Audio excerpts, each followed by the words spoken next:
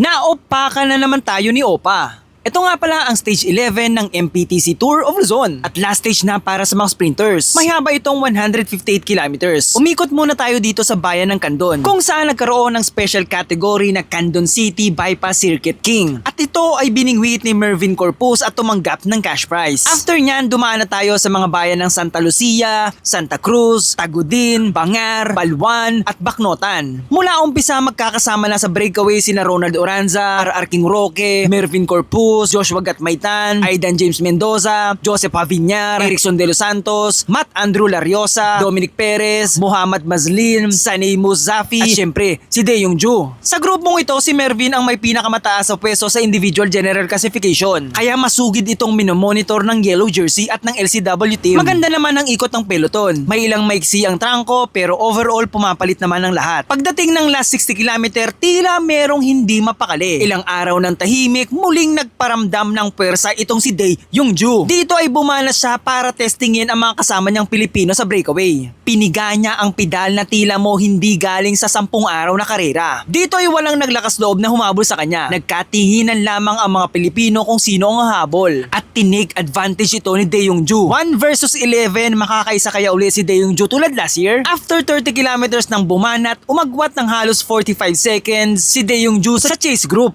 At pagdating ng last 16 kilometer ay napababa ito ng mga Pilipino hanggang 37 seconds na lang. Pero pagpasok ng last 7 kilometer ay bumalik ito ng mahigit 1 minuto. Pero after ng 3 hours 19 minutes at mag-average ng mahigit 47.5 kilometers per hour, ang stage winner ngayong araw ay walang iba kundi ang nag-iisang si Daeyong Ju.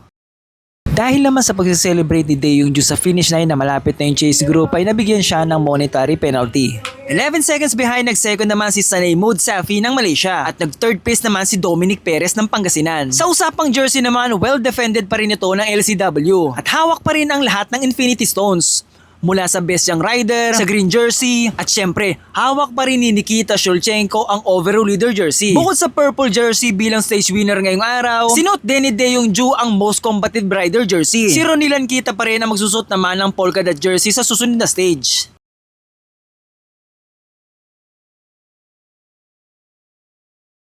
Ang stage 12 ay isa na namang stage na dapat abangan dahil aahunin na natin ang malapader na kalsada ng Daang Kalikasan. Sinong tingin niyong mananalo dito? Comment nyo naman sa ibaba.